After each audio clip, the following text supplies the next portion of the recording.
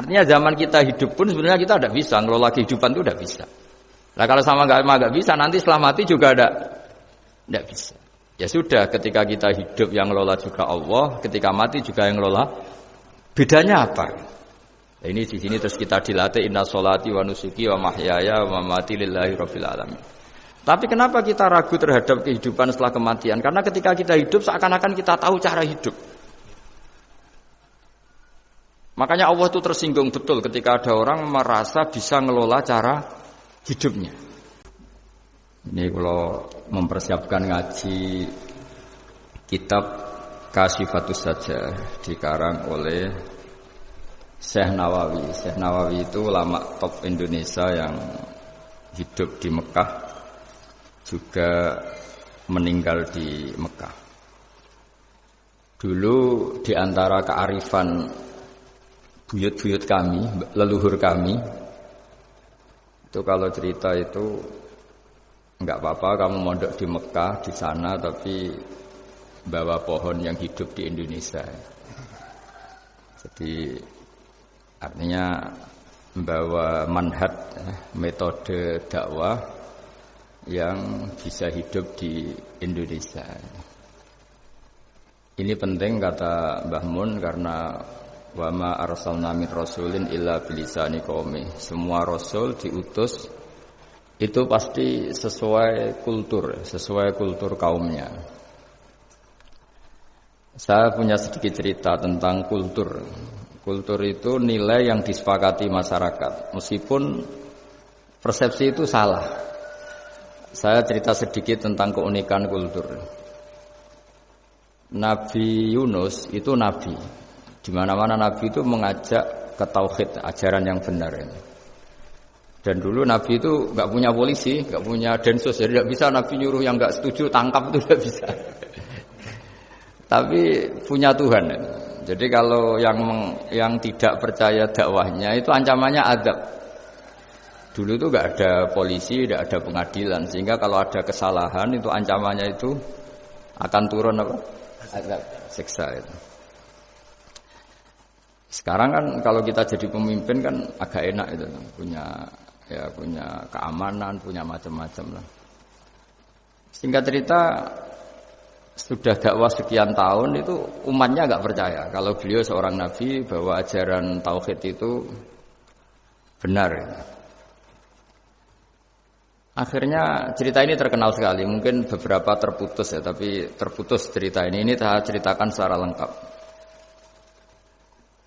Terus beliau cerita, ini waktu sudah lama saya dakwah, sudah lama saya sosialisasi itu tentang kebenaran, Anda tetap nggak iman ini. Ini 3 hari lagi pasti ada adab. 3 hari ada adab itu delalah masyarakatnya tuh kepikiran. Jangan-jangan iya itu. Nah, ketika jangan-jangan iya itu diintip, rumahnya Nabi Yunus itu diintip, ya agak aneh itu. Diintip adalah orangnya enggak ada. Enggak ada itu kalau Quran bahasakan abaqo itu minggat. Minggat itu pergi enggak pamit. Ya. Itu bahasanya abaqo itu minggat. Meskipun kita enggak mungkin membahasakan Nabi itu minggat. Tapi dibahasakan tindakan kan enggak mungkin karena enggak pamit itu. Jadi harus dibahasakan minggat itu. Quran sendiri bahasakan abaqo. Nah cara berpikir masyarakat gini, kalau kampung ini mau dibalik sama Allah, mau ada adab, logikanya yang tahu akan ada adab itu pasti sudah pergi. Padahal Nabi Yunus pergi ini bukan karena takut adab, mangkel. Nyai suwi gagal seminggat ya kan gitu. Jadi ada kiai minggat itu ya ada dalilnya, karena dulu itu kalau mangkel itu suami yang mangkel istri itu ya harus minggat, istri ya harus minggat. Dulu itu ya boleh, maksudnya boleh itu ya kalau darurat ya minggat-minggat sedikit lah, tidak apa-apa. Nah, Nabi Yunus itu minggat tadi abaqo itu. Abaqo itu kalau dalam bahasa Arab pergi gak pamit. Ya. Kalau orang Jawa bilang minggat. Kalau itu sebenarnya saking mangkelnya, saking emosinya, beliau akhirnya meninggalkan kaumnya tanpa pamit. Tapi kaumnya itu menjadi tahu bahwa ini serius Yunus. Buktinya dia agak berani di kampung. Berarti mau ada adab betul itu. Dan efek positif dari teori itu, teori kultur tadi. Kalau ada azab pasti dia pertama yang lari. Kayak dukun itu. Kenapa kita tidak percaya dukun nomor itu? Itu kan paling yang minta nomor dulu ada SDSB itu. Forecast itu kan paling salam template-nya kan 100.000. Padahal dulu forecast itu berapa? Kalau menang. Kan miliaran ya, juta. Itu untuk kultur kita agak percaya dukun kan ngapain ngumpulin uang 100.000. Kalau dia tahu nomornya kan mendingan tombok sendiri. Itu kan. Jadi orang itu mesti punya teori umum untuk membenarkan sesuatu atau membohongkan itu.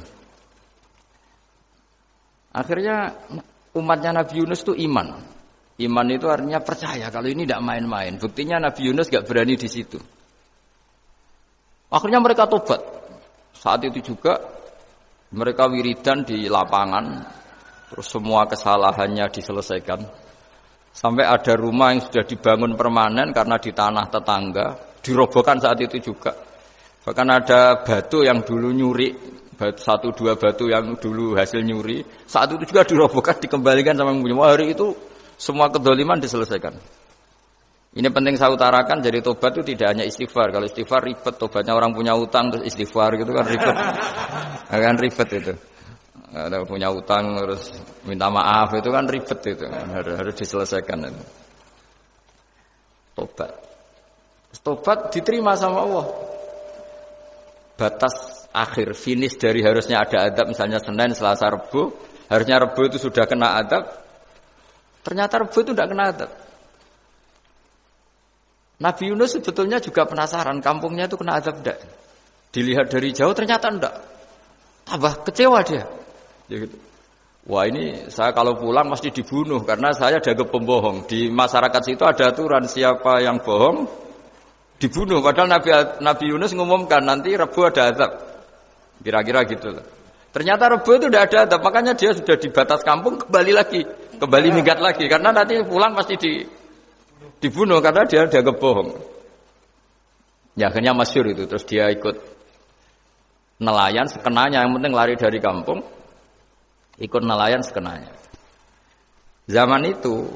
Ini saya ulang lagi zaman itu.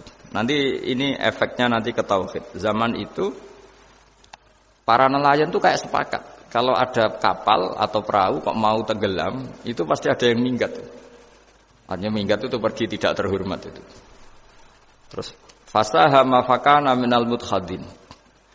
Nah, dulu itu orang sudah punya peradaban. Ini cerita kultur, sudah punya peradaban. Punya peradaban.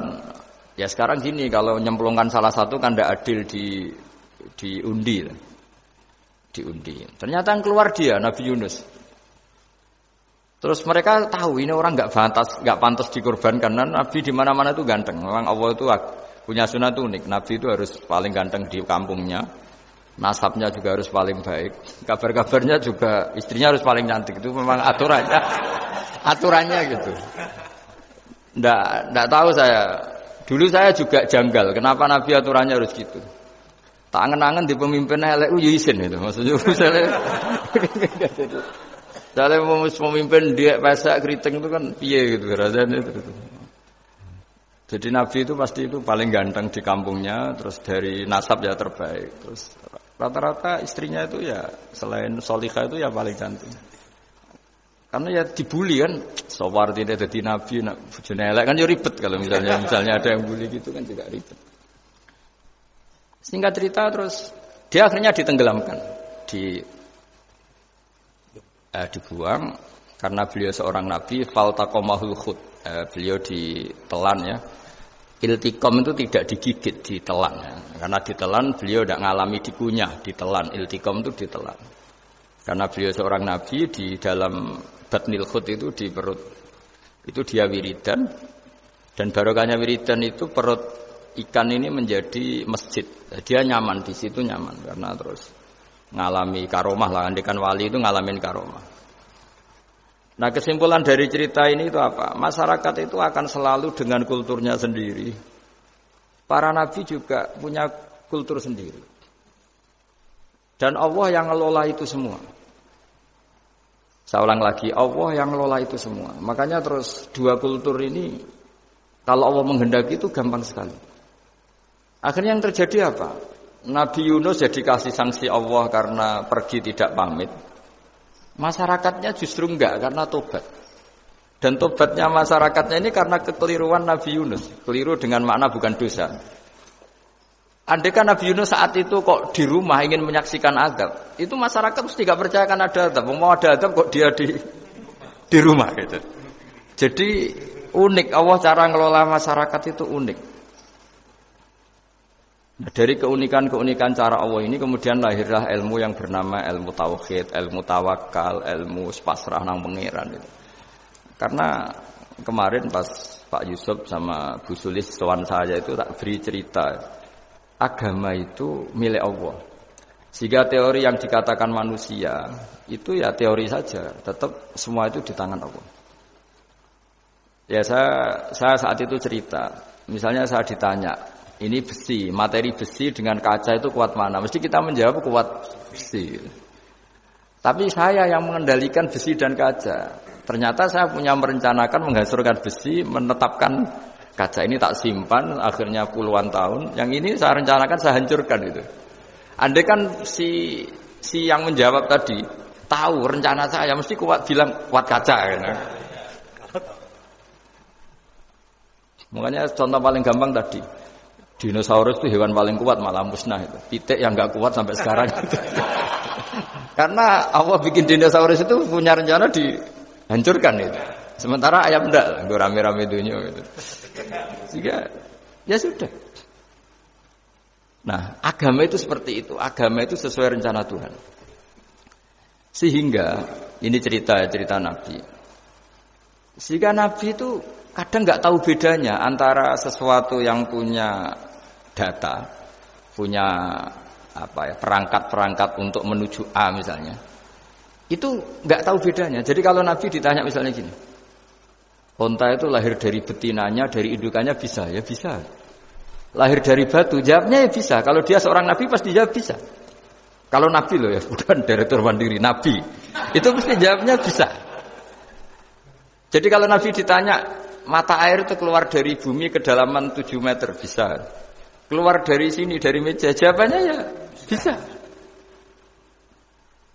Karena Nabi itu saking dekatnya Allah, tahu betul bahwa perangkat di dunia ini tidak bisa mendikte Allah. Semua itu kehendak Allah. Logika yang terbangun Nabi itu sebenarnya gampang ya. Kalau kita teliti itu, makanya gampang itu sesuatu yang benar itu pasti bisa dijelaskan secara gampang. Nah ini ngaji tauhid biar tidak terlalu berteori terus. Karena kalau saya cerita uang pinter jenengan. Dan saya tidak ingin pinter tentang uang. Tak beri contoh. Nah ini supaya nanti kalau sampean suatu saat meninggal ketemu mungkar nakir itu tahu cara menghadapi. Nanti tak warai tekniknya itu. Warai tekniknya. Bocorannya tadi. Makanya ada cerita agama ini baik sekali. Orang bocorkan ujian nasional itu kriminal, bisa ditangkap Pak Rosibi. Tapi agama ini pertanyaan mungkar nakir dibocorkan semua kiai. Itu enggak ditangkap sama mungkar nakir.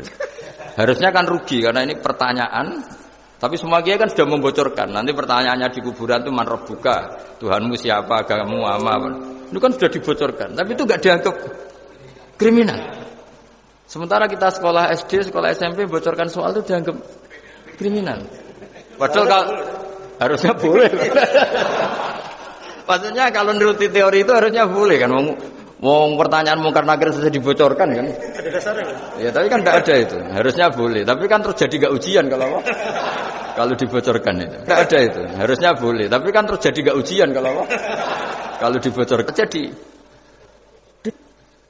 dibocorkan. Kurang apanya baiknya agama ini? Pertanyaan sepenting itu dibocorkan dan kiai-kiai enggak ditangkap sama mungkar nakir ya ada itu. Saya ulang lagi ya supaya kita ingat fitrah salimah.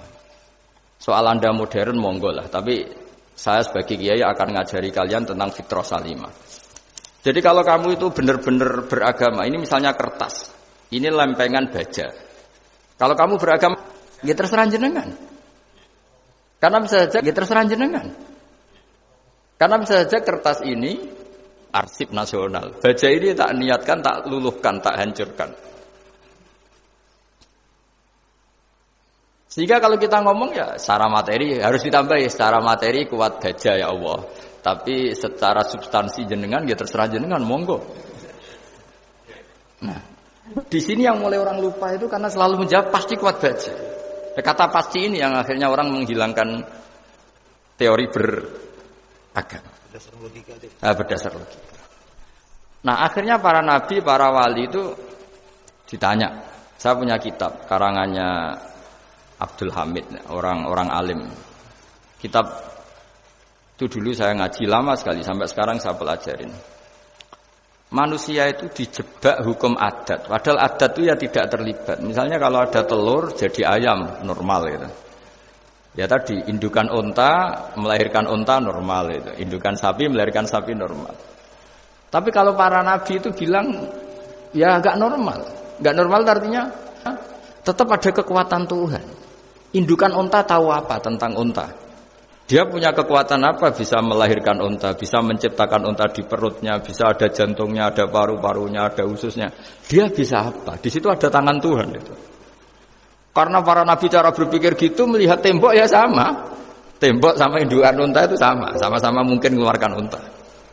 Sehingga ketika Nabi Soleh ditanya, bukti apa kekuasaan Tuhanmu? Apa bisa mengeluarkan unta dari batu besar ini? Jawabannya Nabi Soleh ya bisa, ya bisa.